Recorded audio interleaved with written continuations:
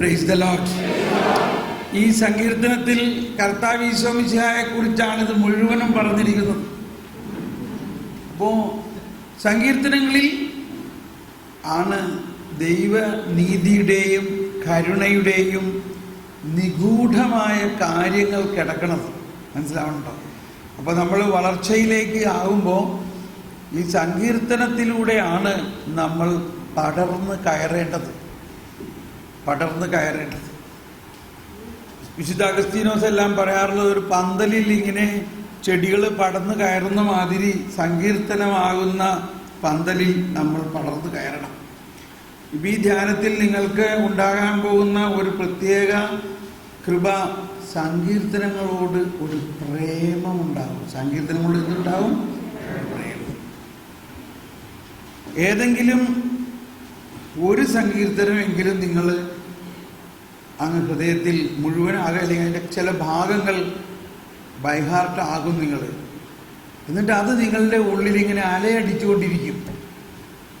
അതിൻ്റെ കാരണം ഈ സങ്കീർത്തനങ്ങളെല്ലാം പരിശുദ്ധാത്മാവ് തന്നെ ആണ് ഇതിൻ്റെ ഓഥർ, ഇതിൻ്റെ എന്താ പറയുക, രചയിതാവ്. അത് പ്രൊഫറ്റിക്കാണ്, അതായത് അത് പ്രവചനങ്ങളാണ്. ഇന്നത്തെ നമ്മളെ സംബന്ധിച്ച് ഈ പ്രവചനങ്ങളെല്ലാം യേശുക്രിസ്തുവിലൂടെ പൂർത്തിയാവുകയും യേശുക്രിസ്തുവിലൂടെ പൂർത്തിയായത് നമ്മളിലും പൂർത്തിയായിരിക്കുകയാണ്. ഉദാഹരണത്തിന് ഇസ്രായേൽ ജനത്തിൻ്റെ രോദനമാണ് അവിടെ. എന്നോട് കൃപയുണ്ടാകണമേ ദൈവമേ, എന്നോട് കൃപയുണ്ടാകണമേ ദൈവമേ, എന്നോട് കൃപ തോന്നണമേ. അങ്ങയിലാണ് ഞാൻ അഭയം തേടുന്നത്, വിനാശത്തിന്റെ കൊടുങ്കാറ്റ്. ഓക്കെ, ഉണ്ടോ? വിനാശത്തിന്റെ കൊടുങ്കാറ്റിലാണ് ഞാൻ. ഈ കൊടുങ്കാറ്റെന്ന് കേൾക്കുമ്പോൾ വളരെ നല്ലൊരാശയം അതിൻ്റെ അകത്ത് കിടക്കുന്നുണ്ട്. കൊടുങ്കാറ്റിൽ പലപ്പോഴും നമ്മൾ കൊടുങ്കാറ്റെന്ന് കേട്ടാൽ ഭയമാണെങ്കിലും കൊടുങ്കാറ്റ് എന്ന് ബൈബിളിൽ എവിടെയെല്ലാം പറയുന്നുണ്ടോ അതിനെല്ലാം വളരെ ആഴമായ അർത്ഥമുണ്ട്. എല്ലായിടത്തും ഒരേ അർത്ഥമല്ല. ഇവിടെ ഒരു വിനാശത്തിൻ്റെ കൊടുങ്കാറ്റാണെങ്കിൽ പന്തക്കോസ്താ ദിവസത്തിൽ അനുഗ്രഹത്തിൻ്റെ കൊടുങ്കാറ്റായിരുന്നു. രണ്ടും കൊടുങ്കാറ്റ് തന്നെയാണ്. അപ്പോൾ കൊടുങ്കാറ്റെന്ന് കേട്ട ഉടനെ നമ്മളതിനെ കൺക്ലൂഡ് ചെയ്യരുത്. വിനാശത്തിൻ്റെ കൊടുങ്കാറ്റിൻ്റെ ഒരു രഹസ്യം എന്താ? കൊടുങ്കാറ്റ് ഒരു സ്ഥലത്ത് ഇങ്ങനെ നിൽക്കില്ല, അത് ഊതി അങ്ങ് പോകും. അത് ഊതി അത് പോകും. അത് ടെമ്പറലാണ്, ടെമ്പറൽ. അതിന് അനന്തതയില്ല, അത് സ്ഥായിയില്ല, അത് ഊതി അങ്ങ് പോയി. പക്ഷെ ആ ഊതുന്ന സമയത്ത് നമ്മൾ എന്ത് ചെയ്യണം? നമ്മൾ ഞാനങ്ങയുടെ ചിറകിൻ കീഴിൽ, കണ്ടോ? അപ്പോൾ ഞാൻ എവിടെ ചെന്ന് അഭയം പ്രാപിക്കും? ഞാനങ്ങയുടെ ചിറകിൻ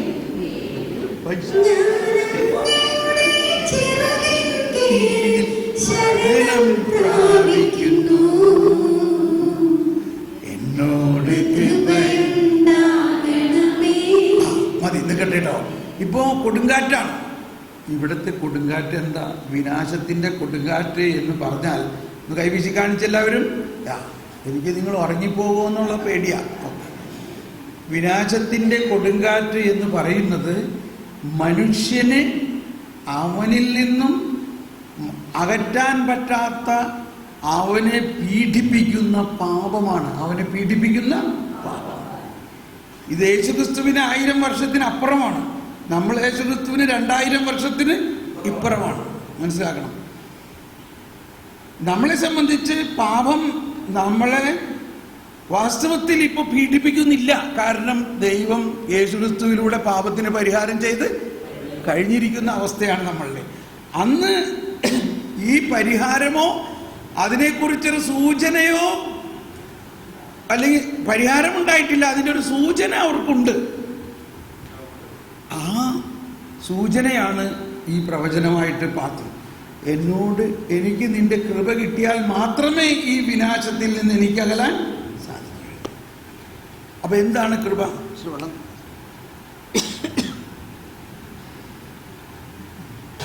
ഇവിടെ ഇപ്പൊ നമ്മൾ പഠന വിഷയമാക്കുന്ന മറ്റൊരു വചനം ജ്ഞാനത്തിന്റെ ആ ടോക്കിൽ ഉൾപ്പെടുത്താവുന്നതാണ്. നമ്മൾ നേരത്തെ കേട്ടു, നിങ്ങളുടെ വിശ്വാസത്തിൻ്റെ അടിസ്ഥാനം മാനുഷികമായ വിജ്ഞാനമാകാതെ ദൈവശക്തിയാകണം.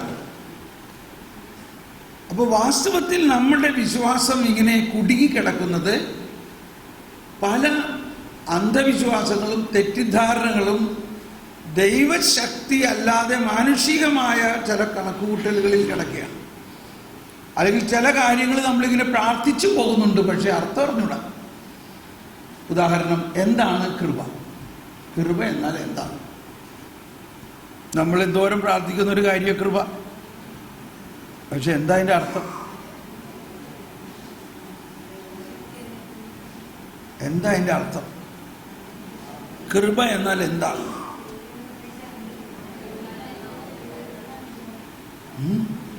എന്താണ്?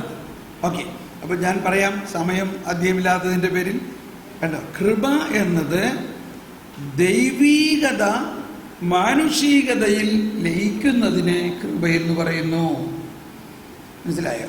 ദൈവിക ജീവൻ മാനുഷിക ജീവനിൽ ലയിച്ച് മാനുഷികതയെ ദൈവീകരിക്കുന്നു. അപ്പൊ എന്താണ് കൃപ? രണ്ട് കൈ ഒന്ന് എടുത്ത് ഇപ്പൊ എഴുത്ത് നിർത്തിയിട്ട് വലത് കൈ ദൈവിക ജീവൻ, ഇടത് കൈ നമ്മുടെ മാനുഷിക ജീവൻ. കണ്ടോ, ഇങ്ങനെ ഒന്ന് ഡാൻസ് കാണിക്കും. ദൈവീകത കണ്ടോ മാനുഷികതയിൽ ലയിച്ചു കഴിയുമ്പോൾ ഈ മാനുഷികത രൂപാന്തരപ്പെട്ട് ദൈവികതയായിട്ട് മാറുന്നു. അതാണ് അങ്ങയുടെ ദൈവിക സ്വഭാവത്തിൽ ഞങ്ങളെ പങ്കുകാരാക്കാൻ വേണ്ടി അങ്ങ് ഞങ്ങളുടെ മാനുഷികത സ്വീകരിച്ചു. ഇതാണ് ഈ രക്ഷാകര പദ്ധതിയുടെ ഒരു വലിയ രഹസ്യം, കൃപ. അതാണ് നമ്മൾ അവന്റെ പൂർണ്ണതയിൽ നാം എല്ലാം കൃപയ്ക്ക് മേൽ കൃപ സ്വീകരിച്ചിരിക്കുന്നു. എന്താണ് കൃപ? ഒന്നുകൂടി, ദൈവീകത മാനുഷികതയിൽ ലയിക്കുന്നതിനെ കൃപയെന്ന് പറയുന്നു.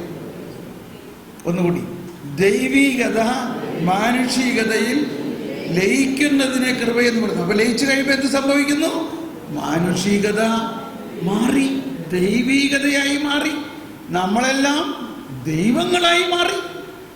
അതാണ് ദൈവമക്കൾ എന്ന് പറയുന്നത്. നമ്മൾ ആരായി മാറി? ദൈവമക്കളായി മാറി. ഇത് നമ്മുടെ പ്രവർത്തനം കൊണ്ടാണോ? അല്ല.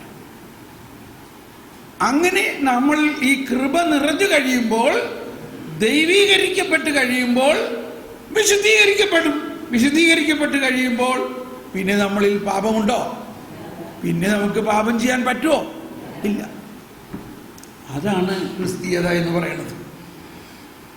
അപ്പോൾ വരാനിരിക്കുന്ന ഈ രക്ഷകനെ, അല്ലെങ്കിൽ യേശുവിനെ, അല്ലെങ്കിൽ ഈ രക്ഷാകര കൃപാവരത്തിനെ പ്രതി യേശുവിന് 1000-ലധികം വർഷങ്ങൾക്ക് മുമ്പ് ഇസ്രായേൽ ജനങ്ങളിലൂടെ പരിശുദ്ധാത്മാവ് പ്രാർത്ഥന ഉയർത്തി, എന്നോട് കൃപയുണ്ടാകണമേ ദൈവമേ, എന്നോട് കൃപ തോന്നണമേ, അങ്ങയിലാണു ഞാൻ അഭയം തേടുന്ന വിനാശത്തിന്റെ കൊടുങ്കാറ്റ് കടന്നു പോകുമ്പോഴും ഞാൻ അങ്ങയുടെ ചിറകിൻ കീഴിൽ ശരണം പ്രാപിക്കുന്നു.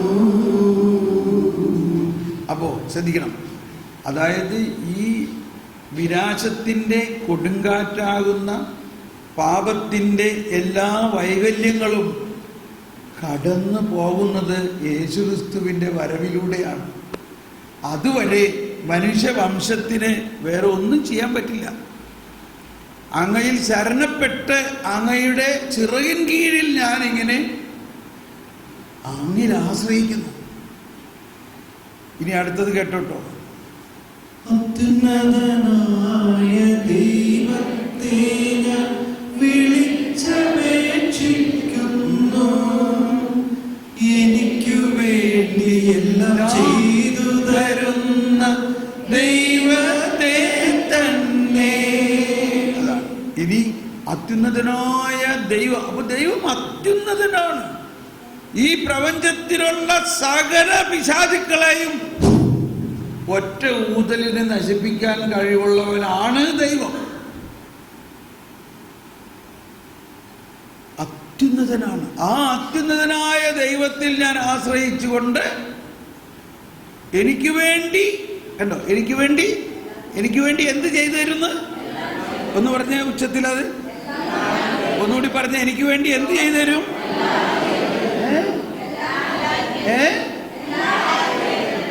എനിക്ക് വേണ്ടി എല്ലാം ചെയ്തു തരും.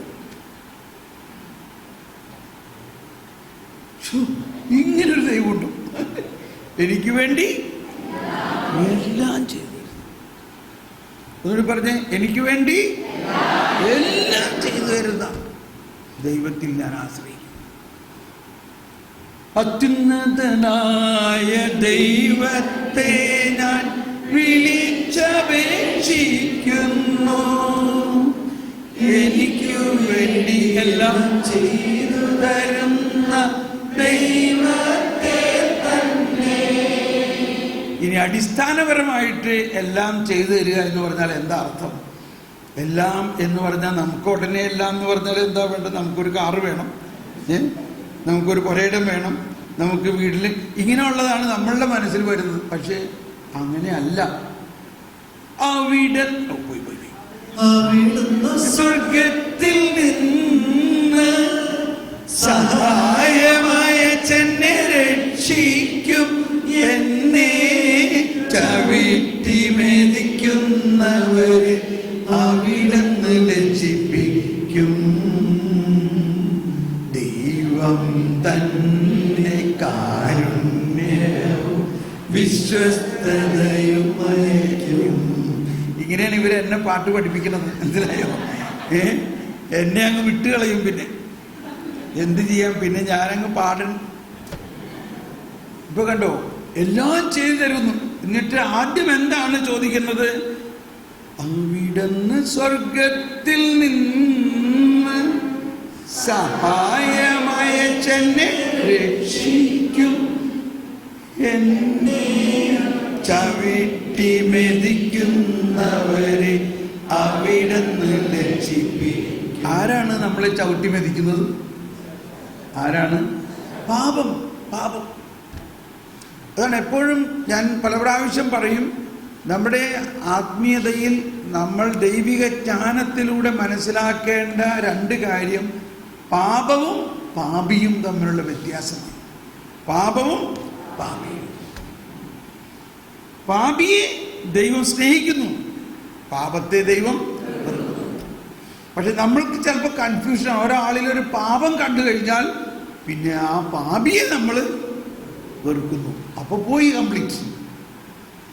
പാപിയെ നമ്മൾ സ്നേഹിക്കുകയും പാപത്തെ വെറുക്കുകയും ചെയ്യണം. അപ്പോൾ ഇത് ശരിക്കും ജ്ഞാനത്തിലൂടെ മാത്രം. ഇത് ഒരാൾ വരുമ്പോൾ, ഒരാൾ കള്ളു കുടിച്ച് അവനോട് പല പ്രാവശ്യം പറഞ്ഞിട്ടുള്ളതാണ്, നിന്നോട് എത്ര പ്രാവശ്യം പറഞ്ഞിട്ടുള്ളതാണ് കുടിക്കരുത്, പിന്നെ നീ ഇങ്ങനെ കുടിക്കുമോ?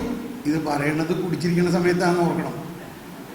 ഒരാൾ കുടിച്ച് വെളിവില്ലാതെ പറഞ്ഞ നേരത്ത് നമ്മൾ അവനോട് ഭയങ്കര വഴക്കിട്ട് പറയണം. അവൻ ആ ചടങ്ങി നാളെ മുതൽ ഞാൻ കുടിക്കില്ലട്ടാന്ന് പറഞ്ഞാൽ പിറ്റേ ദിവസവും അവനെ. അറ്റ്ലീസ്റ്റ് നമുക്കെങ്കിലും ഈ വെളിവ് വേണം. കുടിച്ചവന് വെളിവില്ല, ഈ കുടിക്കാത്തവന് വെളിവ് വേണ്ടേ? എന്തിന്? അവൻ കൂടി ഇപ്പം പറഞ്ഞിട്ട് കാര്യമൊന്നുമില്ല. അറ്റ്ലീസ്റ്റ് ഇത്രയും മാത്രമല്ല. രണ്ടാമത്തെ വെളിവ് എന്താ? ഇവൻ്റെ ഈ പാപം, ഇവനിലുള്ള പാപിയെയും തിരിച്ചറിയണം. അവനിലുള്ള ഒരു പാപിയാണെങ്കിലും അവൻ ദൈവ മകനാണ്. ആ ദൈവം അവൻ്റെ പാപത്തെ ഏറ്റെടുക്കാൻ വേണ്ട എല്ലാ പണിപാടിയും ചെയ്തിട്ടുണ്ട്. പക്ഷെ അത് അവൻ അറിഞ്ഞൂടാ, നമ്മൾക്കും അറിഞ്ഞുകൂടാ. നമുക്കറിയാമായിരുന്നുവെങ്കിൽ നമ്മൾ പറയും, എടാ മോനെ നീ ഇങ്ങോട്ട് വന്നേ, നിൻ്റെ ഈ പറ്റൊന്ന് ഇളകി കഴിയുമ്പോൾ നീ ഇങ്ങ് വാരണം. എന്നിട്ട് അവൻ്റെ പറ്റ് എന്ന് പറഞ്ഞാൽ ലഹരി മാറിക്കഴിയുമ്പോൾ നിൻ്റെ ഈ മദ്യപാന ആസക്തി നിനക്ക് മാറ്റാൻ പറ്റില്ലട മണി. അപ്പം തന്നെ ഇവരൊരു സമാധാനമായി. പിന്നെ എന്ത് ചെയ്യാം? ഞാനും പരിശ്രമിക്കേണ്ട, എനിക്ക് പറ്റണം. ഇതേ കർത്താവ് ഈശോയ്ക്ക് മാത്രമേ മാറ്റാൻ പറ്റുള്ളൂ. നിനക്കറിയോ ഈശോ നിന്നെ എന്തോരം സ്നേഹിക്കേണ്ടത് നിനക്കറിയോ? നീ എത്ര വലിയ പാപിയായാലും നിന്നെ സ്നേഹിക്കുന്നു. പക്ഷെ നിന്നിലുള്ള കള്ളുകൂടി പാപത്തെ സ്നേഹിക്കുന്നില്ല.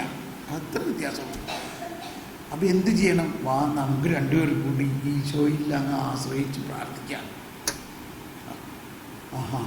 എന്നാൽ ശരി, നമുക്ക് പ്രാർത്ഥിച്ച് നോക്കാം. അറ്റ്ലീസ്റ്റ് അങ്ങനെ തുടങ്ങ്. ഇങ്ങനെ നമ്മൾ പറയുമ്പോൾ നമ്മുടെ വിശ്വാസത്തെ പ്രഖ്യാപിക്കുകയാണ്. നമ്മൾ ആരുടെ വിശ്വാസത്തെ പ്രഖ്യാപിക്കുന്നു? യേശുക്രിസ്തുവിലുള്ള വിശ്വാസത്തെ പ്രഖ്യാപിക്കുകയാണ്. മറിച്ച് നമ്മൾ പറയുന്നത്, നിന്നോട് പല പ്രാവശ്യം പറഞ്ഞിട്ട് ഇങ്ങനെ കുടിച്ചു വരും, നാളെ ഇതേമാതിരി കുടിച്ചു വരാൻ നിന്റെ കാലിന്റെ കണ്ണ ഞാൻ തല്ലി ഓടിക്കും, മനസ്സിലായിട്ടോ? ഇപ്പൊ നമ്മൾ എന്ത് പ്രഘോഷിച്ചു? ഈ യേശു ക്രിസ്തു ഇവന് വേണ്ടി മരിച്ചതെന്നൊക്കെ പറഞ്ഞത് കള്ളത്തര, അതൊന്നും സത്യമല്ല. ഇവൻ തന്നെ മാറ്റിയാലേ ഇപ്പം മാറുള്ളൂ എന്നല്ലേ പ്രഘോഷിച്ചത്. മനസ്സിലാവുന്നുണ്ടോ? നമ്മളിവിടെ വിശ്വാസ പ്രമാണം ചെല്ലുകയും ചെയ്യും. വീട്ടിൽ നിന്ന് ഇറങ്ങി കഴിയുമ്പോൾ, അല്ലെങ്കിൽ പള്ളിയിൽ നിന്ന് ഇറങ്ങി കഴിഞ്ഞാൽ വീട്ടിൽ വന്നു കഴിഞ്ഞാൽ വേറൊരു വിശ്വാസ പ്രമാണമാണ്. ഇതൊക്കെ പറയണ കേൾക്കുമ്പോൾ സാധാരണ പറയാറ്, ബ്രദർ ഇങ്ങനെയൊക്കെ പറയണ കേൾക്കുമ്പോൾ ആർക്ക് വേണമെങ്കിലും എന്തും ചെയ്യാനുള്ള ഒരു ലൈസൻസ് മാതിരിയാണല്ലോ. അങ്ങനെ തോന്നുന്നുണ്ടോ? തോന്നുന്നുണ്ടെങ്കിൽ തോന്നിക്കോ.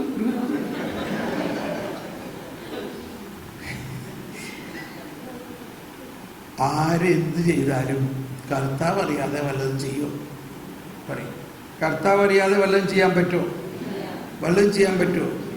നിന്റെ ഓരോ ശ്വാസവും, നിന്റെ ഓരോ തലമുടി നാല് വരെ കർത്താവ് എണ്ണി വെച്ചിരിക്കുന്നു എന്നൊക്കെ പറഞ്ഞതിൻ്റെ അർത്ഥം തലമുടി എണ്ണാൻ വേണ്ടിയാണോ പറയണത്? അപ്പോൾ ദൈവത്തിൻ്റെ ആ സോവറിറ്റി, ആ സർവാധിപത്യത്തിൽ നമ്മൾ വിശ്വസിച്ചുകൊണ്ടാണ് അവർ പാടുന്നത്. അവിടുന്ന് സ്വർഗ്ഗത്തിൽ നിന്ന് സഹായമയച്ചെന്നെ രക്ഷിക്കും, എന്നെ ചവിട്ടി മെതിക്കുന്നവരെ അവിടുന്ന് ലജ്ജിപ്പിക്കും. കണ്ടോ? മുഴുവനും പുതിയ നിയമമല്ലേ ഇവിടെ കാണുന്നത്. ഇപ്പോൾ ഈ വചനത്തിൻ്റെ ഒരു അവതരണമായിട്ടാണ് ഈശോ പറയണത്, ഞാനാണ് സ്വർഗത്തിൽ നിന്ന് ഇറങ്ങി വന്ന ജീവനുള്ള അപ്പം. ഇപ്പൊ കൃത്യമായില്ലേ? പിന്നെ പറയാണ്, ഞാൻ സ്വർഗത്തിൽ പോയി പിതാവിനോട് പ്രാർത്ഥിച്ചു നിനക്ക് വേണ്ടി. ആര് പ്രാർത്ഥിക്കുന്നു? ഈശോ മിശിഹ. ആര് പ്രാർത്ഥിക്കണം? തോമസ് പോൾ പ്രാർത്ഥിക്കണോ? ഈശോ മിശിഹ പ്രാർത്ഥിക്കണോ? ഏതാ നല്ലത്? ഞാൻ പിതാവിനോട് പ്രാർത്ഥിക്കുകയും പിതാവ് സ്വർഗത്തിൽ നിന്ന് മറ്റൊരു സഹായകനെയും കൂടി അയക്കും. ഇപ്പൊ എത്ര പേരായി? 2 സഹായകന്മാർ. ഞാൻ ഒരാൾ ഇതിൻ്റെ കൂടെ ഉണ്ട്. അപ്പോൾ ആ അർത്ഥത്തിലാണ് ഇവിടെ പറയുന്നത്, അവിടുന്ന് സ്വർഗത്തിൽ നിന്ന് സഹായമയച്ചെന്നെ രക്ഷിക്കും. കേട്ടോ? അവിടുന്ന് സ്വർഗത്തിൽ നിന്ന് സഹായമയച്ച് രക്ഷിക്കുമെന്ന് 1000 വർഷത്തിന് മുമ്പ് അവർ പ്രാർത്ഥിച്ചു തുടങ്ങിയതാ. ആ രക്ഷയാണ് യേശുക്രിസ്തുവിലൂടെ വന്നത്. അപ്പോൾ യേശുക്രിസ്തുവിലൂടെ വരാനിരിക്കുന്ന രക്ഷയെക്കുറിച്ചുള്ള പ്രവചന ഗീതമാണിത്. എന്നിട്ട് അതിനെ തുറന്നു പറയാണ്. അതിനെ തുറന്ന് ബാക്കിയുള്ള വാക്ക് കൂടി കേട്ടോ. ദൈവം തന്റെ വിശ്വസ്തതയും അയക്കും. കേട്ടോ? ദൈവത്തെ അയക്കും, കാരുണ്യം.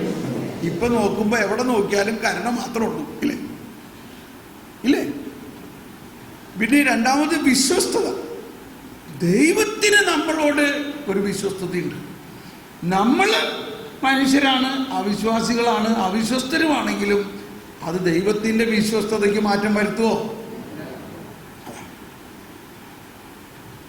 ദൈവം വിശ്വസ്തനാണ്. ദൈവം പറഞ്ഞത് അതേമാതിരി ചെയ്യും.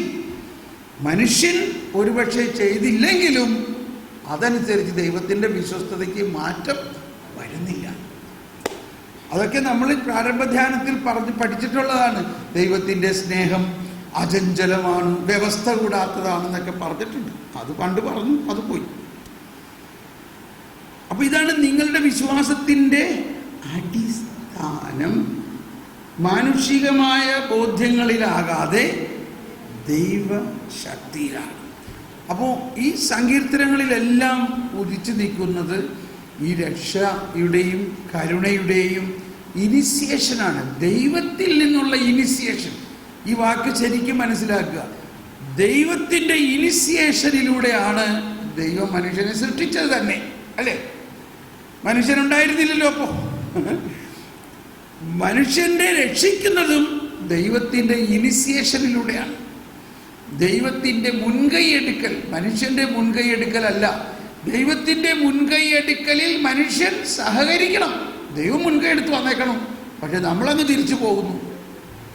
അപ്പോൾ ദൈവത്തിന് നമ്മളെ രക്ഷിക്കാൻ പറ്റുന്നില്ല.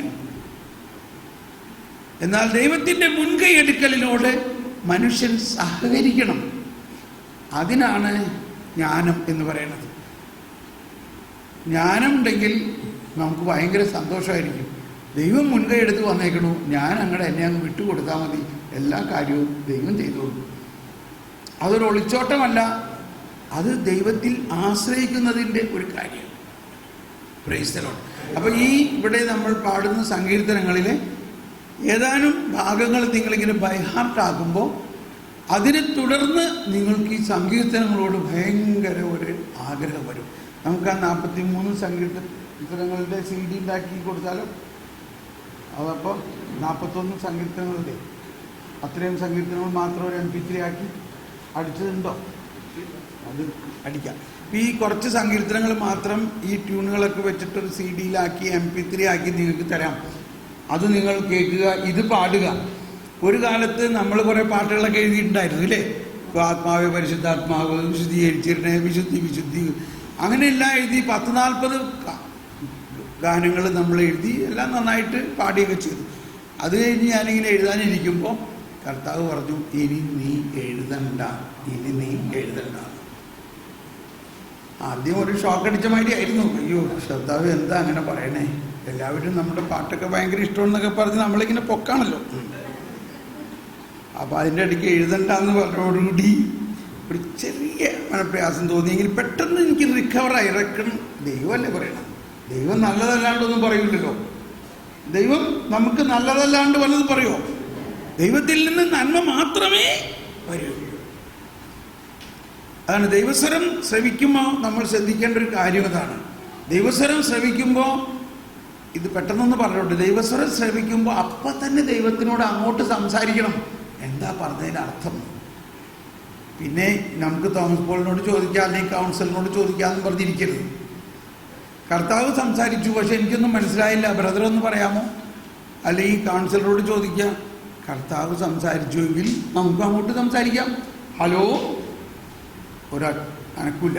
ഹലോ 2 പ്രാവശ്യം പറഞ്ഞിട്ട് നമ്മൾ അങ്ങോട്ട് ഹലോ പറഞ്ഞില്ലെങ്കിൽ പിന്നെ എന്താ പറയണേ?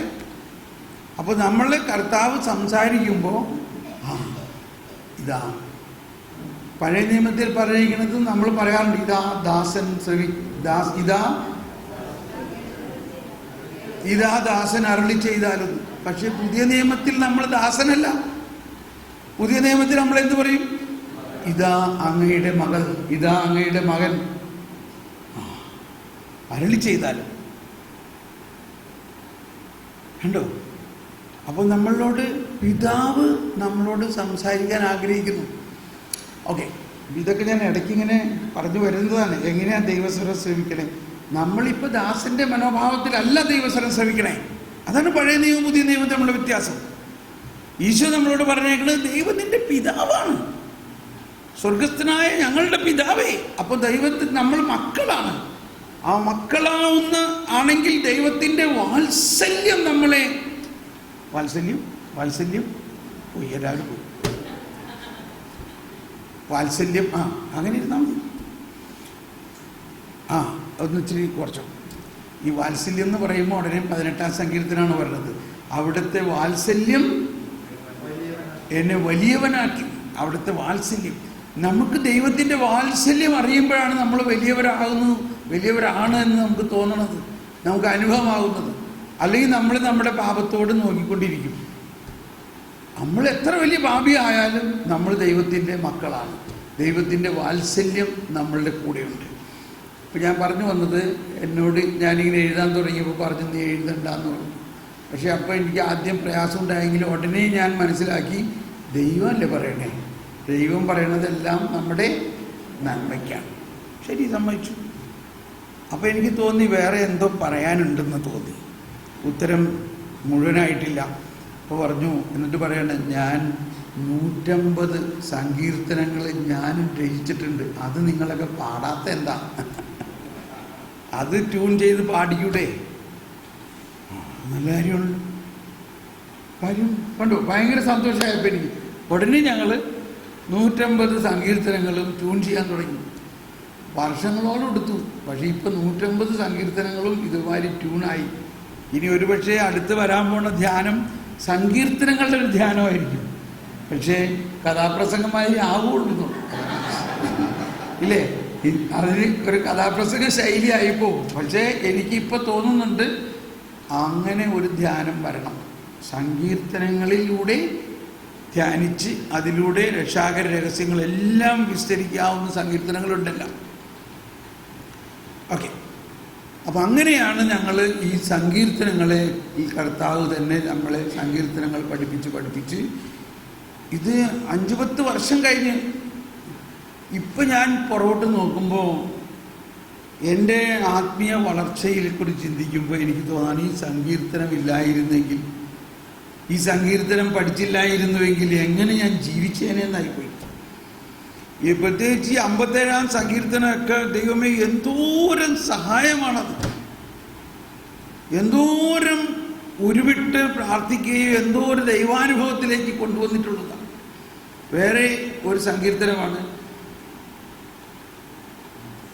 അല്ലല്ല മറ്റേ എനിക്കപ്രാപ്യമായ പാറയിൽ എന്നെ കയറ്റി നിർത്തണമേ. അങ്ങാണെൻ്റെ രക്ഷാകേന്ദ്രം, ശത്രുക്കൾക്കെതിരെയുള്ള സുശക്ത ഗോപുരം.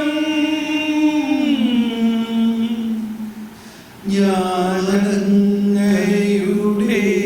കൂടാരത്തിൽ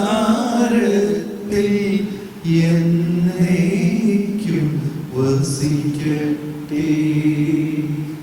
അങ്ങയുടെ ചിറകിൻ കീഴിൽ ഞാൻ സുരക്ഷിതനായിരിക്കട്ടെ.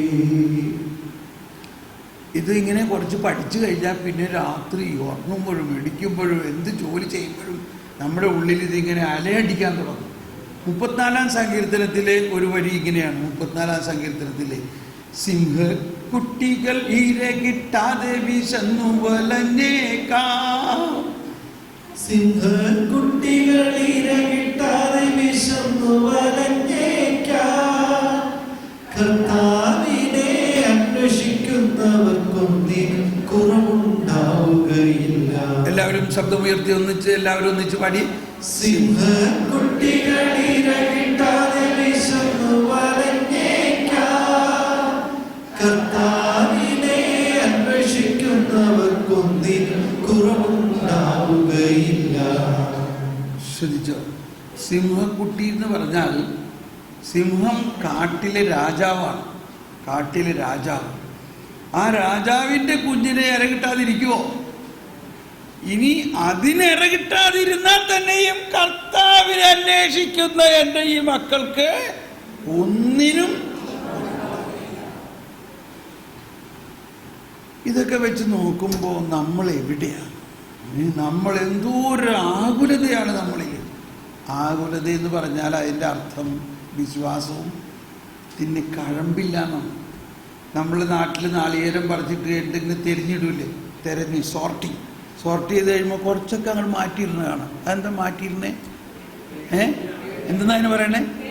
വേട് കണ്ടാൽ നന്നായിട്ടിരിക്കണു, പക്ഷെ കയ്യിലെടുക്കുമ്പോൾ എന്താ? കഴമ്പില്ല. കാര്യം മനസ്സിലായോ? നമ്മൾ പ്രാർത്ഥനയും ഹല്ലേലൂയയും ഒച്ചയും ഇതൊക്കെ കേട്ട് കഴിഞ്ഞാൽ നല്ല പ്രാർത്ഥനക്കാരനാണ്.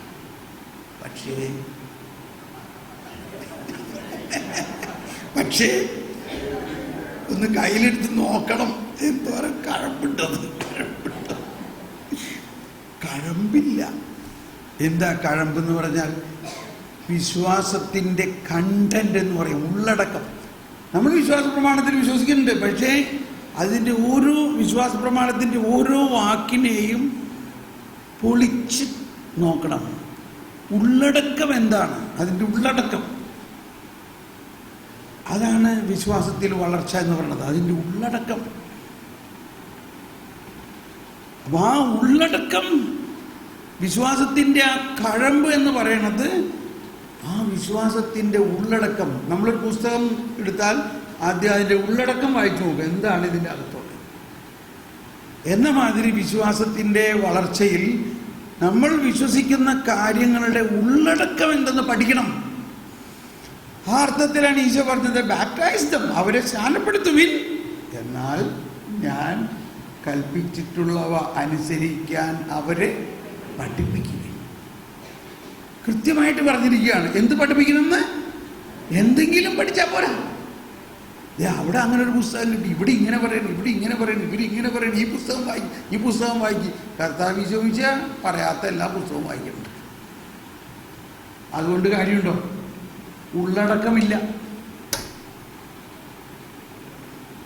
കർത്താവ് പറയാണ്, ഞാൻ നിങ്ങളെ പഠിപ്പിച്ചിട്ടുള്ളത് നിങ്ങൾ അവരെ പഠിപ്പിക്കുക. വളരെ ക്ലിയർ അല്ലേ? എന്ത് പഠിപ്പിക്കണം? ഞാൻ സ്വർഗത്തിൽ നിന്ന് ഇറങ്ങി വന്ന് നിങ്ങളെ പഠിപ്പിച്ച കാര്യങ്ങളാണ്. അപ്പൊ അന്ന് വരെയുള്ളതോ? അന്ന് വരെയുള്ളത് അപൂർണമായിരുന്നു.